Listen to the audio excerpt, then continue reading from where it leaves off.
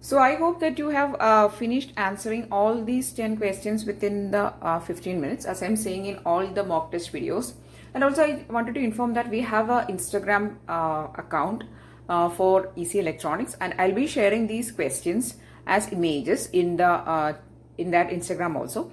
And you can find the Instagram ID in the description. Okay.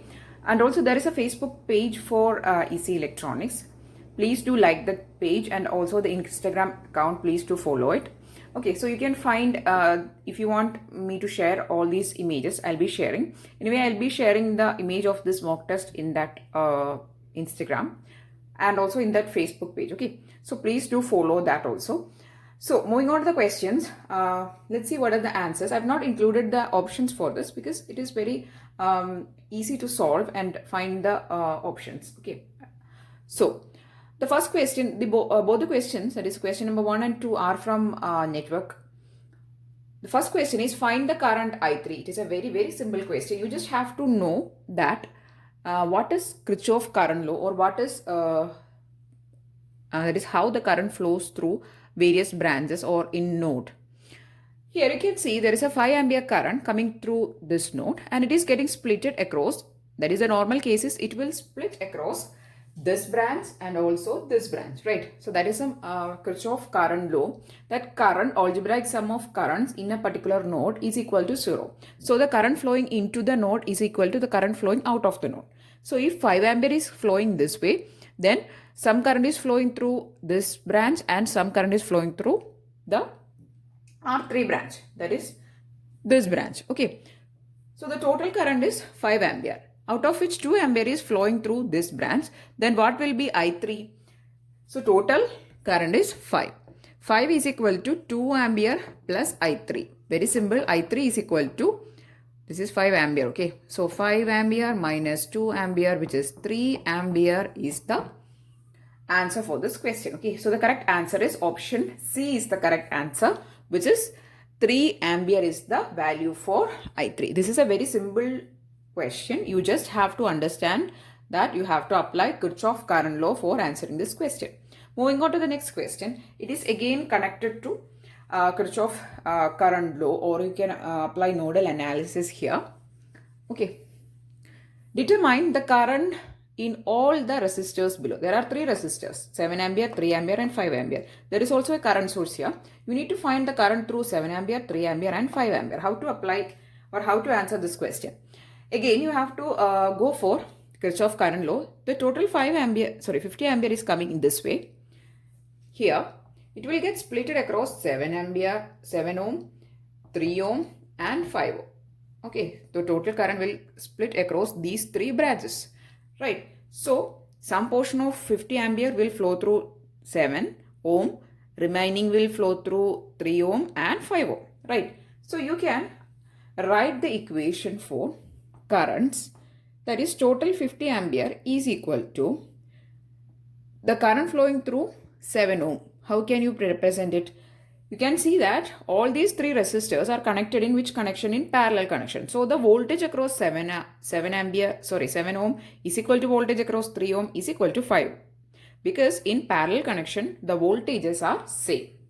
That is a basic thing. Okay. So here voltages across 7 ohm, 3 ohm and 5 ohm is same. So you can take it as V. So you can write the current through the first resistor, which is 7 ohm, is equal to, you can call it V by 7, because the voltage is same, voltage by resistance is the current. Again, the next, there is the next current. The current flowing through the 3 ohm is V by 3. Similarly, the voltage is same, the resistance is 3. Plus, for the third resistance, current is V by 5. Here you can see all these 3 values or 3 fractions have one unknown variable, which is V. So if you simply solve for this V, you will get the value of V, because only there is one unknown variable, right? And the value of V obtaining is 73.9 volt is the voltage drop across this and this resistance. Now you have the voltage drop, and also we know the current through 7 ohm is V by 7. For the 3 ohm is V by 3. and for the 5 ohm is V by 5. So totally this much current has to be 50 ohm. Okay, sorry, 50 ampere. So individual currents will be V by 7, V by 3 and V by 5. So it will be 73, that is V7. Sorry. First we need to find I7. I7 or the current flowing through 7 ohm will be V, which is 73.9 by 7, and the value obtaining is 10.56 ampere, approximately 10.56. Okay, then I3, which is the next current, we need to find all the three currents. Okay, so the next current is I3, which is 73.9 by 3, and the value obtaining is 24.65. Just divide 73.9 by 3. You will be getting 24.65. The last current, I5, is equal to 73.9 by 5, and that will be equal to 14.79 ampere. So these are the three currents, 10.56, 24.65 and 14.79 amperes are the three current. And the correct answer for this question was option D. Option D had 10.56, 24.65, 14.79. Okay, so this is the next question. Both these questions are from network analysis, and the correct answer for this question is option D. Question is from network again, and it is related to the basic Ohm's law. Okay, so the question is, resistance of a wire is Y ohm. The wire is stretched to triple its length. The new resistance becomes dash. So while teaching the network formula revision and also EDC formula revision also, there also you have to study these basic things. Okay, so I was telling that you need to know that how the resistance or capacitance or these factors varies with the basic structure of the material. Here what is happening is that the length of the wire is getting increased. It is actually becoming triple times. So L dash is actually equal to 3L. Okay, so how the resistance is increasing? You know that the resistance R is equal to rho into L by A. This is a very basic question. You should know this formula, R is equal to rho L by A. Here L is changed to 3L. So what will be R dash? This is R dash actually. So R dash will be equal to 3 times rho L by A, right? That is 3 into R. Now what is the value of R here? It is Y ohm. So Y dash, you can call it as Y dash. Y dash is equal to 3 times Y. That is, your resistance will get tripled. Okay. And the options given are A, Y by 3, B, 3Y, C, 6Y, D, Y by 6. The correct answer is option B, which is 3Y. What happens? When the length is tripled, the resistance will also get tripled. Okay, correct answer is Y dash is equal to 3Y, or option B is the correct answer. Next is a question from number systems or from digital electronics. Convert IE2 to the base of 16. It is a hexadecimal number to decimal. Okay, we have done problems like this in previous year question videos, and also I think I have included these type of questions in mock test. Anyway, if you have not done it, if you want to convert a number in hexadecimal to decimal, that is to the base of 10. All these numbers given are to the base of 10. I have not included anyway. You should know that these are in base of 10.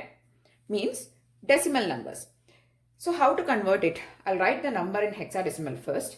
So it is IE2. Now there is a E.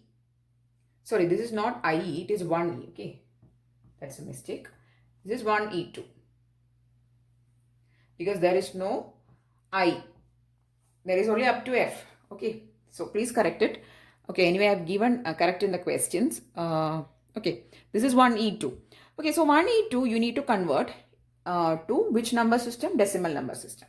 And this 1E2 is in which format? It is in hexadecimal format, right? So means it is given in the powers of 16, or it has a base of 16.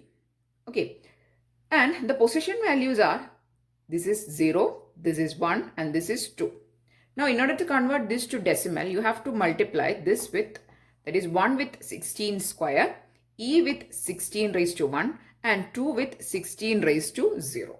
Because since these numbers are given to the base of 16, in order to convert these numbers to decimal or to the base of 10, you have to first take the position values. This is 0, this is 1, this is 2, and then take that position values as powers of 16 and multiply these 16 square with 1, 16 raised to 1 with e, and 16 raised to 0 with 2. Now there is a confusion how to represent this e.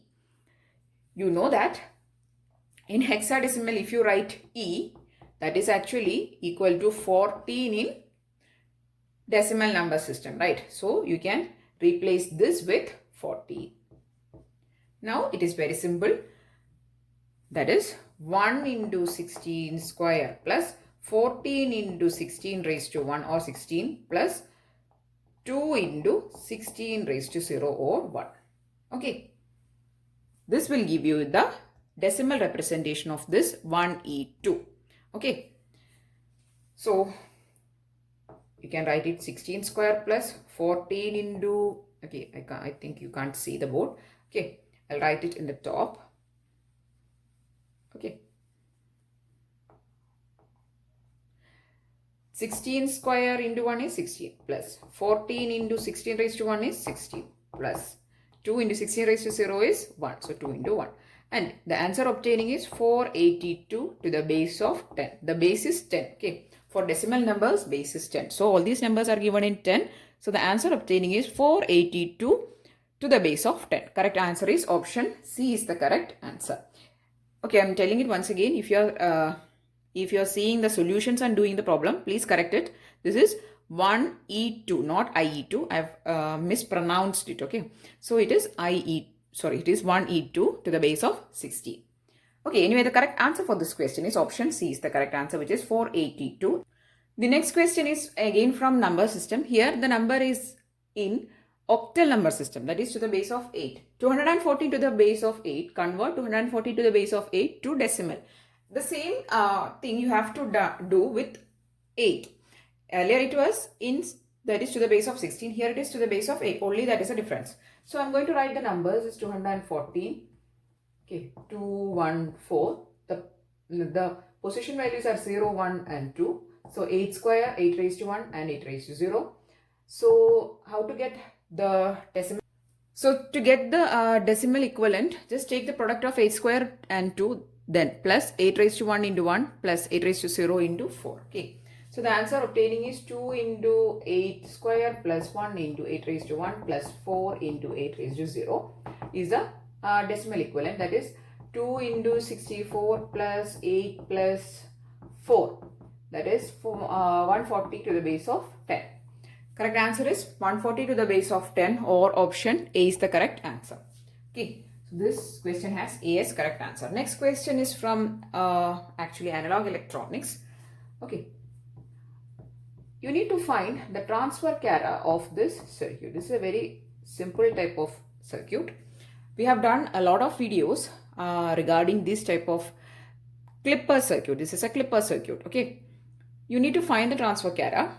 Here, what type of clipper is this? This is a series clipper. You can see that the diode is connected in series and the diode is connected with anode and then cathode. So it is a positive clipper. Okay. Sorry, this is a negative clipper. Okay. That is, the waveform will be obtained only during the positive half cycle. During the negative half cycle of this Vin, what happens? The diode will be reverse biased, right? So we won't get any output in the negative half cycle, and we will be getting only during the positive half cycle. So this is a negative clipper. Okay, I'll write it here. Negative clipper. The diode is connected in series and it conducts during the positive half cycle of the waveform, and it will be reverse biased in the negative half cycle. So it will cut off the negative half cycle and it is a negative clipper. Please note it down. Okay. Now you need to find the transfer kara. And also in the question, I'll read out the question for you. What is the transfer kara of the below circuit? Use constant voltage drop across diode. It is specifically mentioned in the question that you have to consider that there is some voltage drop happening across a diode. So how will the transfer kara vary? I'll start from this option A. The option A is a kara which is in the positive quadrant. So that is correct because our output waveform is in the positive half cycle only. So the transfer carrier has to be in the positive quadrant or quadrant, and it is starting from VD. Okay, we'll keep it as it is because that is the correct answer. Let's look for the next option, option B. Option B is a transfer carrier. Okay, here it is. Here, this is the option B, and its transfer carrier is in the negative quadrant. Is it possible? It is not possible because it is this circuit is clipping off the negative half cycle. So if the transfer carrier is a positive in the negative quadrant, it is wrong because the transfer carrier has to be in the positive quadrant. So option B is not correct answer. Here you can see this option C is again in the negative quadrant. That is also not correct because here waveform is only present during the positive half cycle. So it is not correct answer. Option C is also not correct. Now moving on to the next option, which is option D. Option D is actually, that is the waveform is given in the positive quadrant itself, but it is starting from 0. Is it possible to start from 0? It is not possible because some voltage is actually getting dropped across the diode. So the output waveform will not start from 0. There has to be some threshold, which is the voltage drop across. There has to be some voltage after which only the transfer carrier will start. Okay. So that corresponds to, that voltage corresponds to the voltage drop across the diode. So this is also not correct. So the correct answer for this question is option A. You can see this transfer carrier is represented between V out and V in, and it is starting from VD, which is nothing but the drop or the voltage drop across the diode. Okay, so only after that the diode will start conducting. Only after that you will be getting your output waveform, which will be in the positive quadrant also. So this is the correct answer, which is option A is the correct answer for this question. I hope this concept is clear. I've done a lot of videos for theory also and also a lot of problems for clipper circuits. Please do have a look. Okay, and these videos are included in the analog electronics playlist. So the correct answer for this question is option A is the correct answer. The next question is from digital electronics. Here you need to find the logic gate represented using this diagram. This diagram consists of two diodes, two inputs E1 and E2. They are digital inputs, okay, binary inputs, 1K and V out. Here you can see E1 and E2 can have various combinations. Okay, I'll write the combinations. It can be 0, 0, it can be 1, 0, 1, it can be 1, 0, and it can be 1, 1. How will the output V out varies for these various combinations? Let us see. If 0 and 0 is given, means both the diodes, I'm taking both silicon diodes, okay. Both diodes are silicon diodes. It was also given in the question. So these two diodes are silicon diodes and they require some voltage as threshold. Okay, so when 0 is being given, both the diodes will be not conducting, so the output has to be 0. Now when 0 and 1 is being given, what will happen? E2 is now conducting, so the output will be connected. So the output is 1. Now when 1, 0 is 1, 0 combination is taken, consider E1 is 1, E2 is 0. So this diode will be now on. This is open circuit. So this connects to the output. So again output is 1. Now when 1, 1 is happening, what happens? Both these diodes are conducting, then the output is also 1. So this is the truth table of this particular circuit, and this is the truth table of OR gate. So the correct answer is this circuit corresponds to a logic gate called OR gate. Okay, so the correct answer is option A is the correct answer. Next question is the equation sin Z is equal to 10 has dash. There is a lot of options. I have only written the correct answer here. This sin Z is equal to 10 has no real solutions because you know that the sine values, if you take the sine graph, its values varies from -1 to +1. Right. Here this is actually 10. So it has to be no real solutions because only if the value of sin Z is in this range, you can have real solutions. So the correct answer is option A, no real solutions. The next question is from the PN junction session. That is from EDC. Which of the following is not associated with PN junction? A. Junction capacitance. Yes, it is associated. B. Charge storage capacitance. There is some charge stored in the PN junction and there is capacitance. C. Depletion capacitance. Yes, there is a depletion layer formed. D. Channel length modulation. The correct answer is option D. Channel length modulation is not actually associated with your PN junction. Okay, it is associated with MOSFETs generally. We have seen about channel length modulations, how this channel length is getting modulated due to the that is towards the drain side. So it is actually generally related with MOSFETs. Okay, so that is not related with your PN junction. Correct answer is option D is the correct answer. Moving on to the next question. This is from antenna session. Okay. At 20 gigahertz, the gain of a parabolic dish antenna of 1 meter diameter and 70% efficiency is dash. We need to find the gain. That is, we need to find the G, gain of the antenna. Okay. What is the gain equation? Okay. In terms of efficiency, you can write gain is equal to eta pi square, where eta is efficiency, into d by lambda the whole square, where d is the diameter, lambda is the wavelength. But here it is not, that is your gain is, we need to find, we have been given efficiency, we have diameter, we don't know lambda. What is lambda? Very basic equation, C by lambda is equal to C by F. C is 3 into 10 raised to 8 meter per second, which is speed of light. I'll put 3 into 10 raised to 8. By F is 20 gigahertz, 20 into 10 raised to 9. Okay. You can cancel off this and there will be a 10 here, and that is nothing but 3 by 200 is the value for your wavelength. Okay, I hope you can't see it. I'll write it below, 3 by 200. Okay. Now you have all the terms, just substitute and find the value of your gain. Now gain is equal to eta, you have to put as, it is given in percentage. So you have to put 70 by 100. That is, you have 70 by 100 is equal to 0.7. Okay. So 0.7 into pi square into d is 1 by lambda is 3 by 200. It's not 0.3. Okay, it is 3. 3 by 200 the whole square. And if you solve it, you will get the value as 30705.4.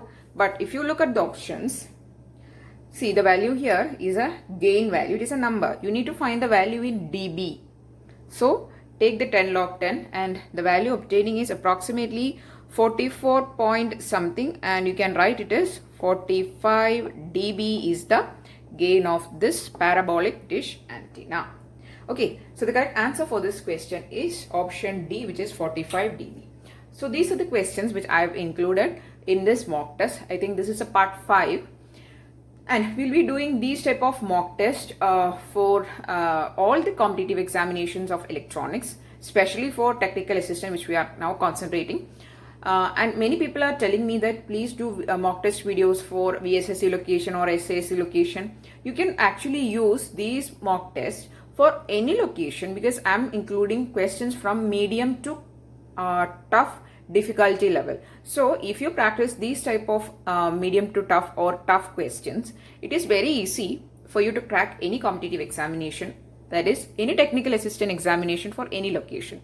So please make use of these mock tests, not only for those who are only going to write HSFC examination, for all people who is going to write any technical assistant examination for any location. So all the VSSC people can also practice these questions. So from today onwards, I'll be including the title as mock test for HSFC and VSSC, because these questions are not actually meant for any specific location. These are generally questions, standard questions, which can come in any competitive examination. I'm not telling this exact question, these type of questions. Okay, so please do practice as much as possible. Now there is a lot of time for all the aspirants who are really passionate about getting into the ISRO or any public sector examination. And if you want me to do any other exams, many people are telling me to do videos on other exams also. And if you want me to do videos on other exams, not just ISRO, other than ISRO and GATE especially, please do mention in the comment section. Okay, we'll be doing. And if you want any other subject videos also, any topic, please do mention, we'll be doing. And also I'm receiving a lot of requests which I'll be doing one by one. Okay, so thanks for watching, and also I'm telling, please do subscribe to the channel. If you found this video useful, please do give it a thumbs up, and please do share these videos maximum. Many people are not still aware of such a channel or such preparations is going on. So please do share these videos maximum. And if you want more videos, please do subscribe to the channel. Thanks for watching and keep on watching.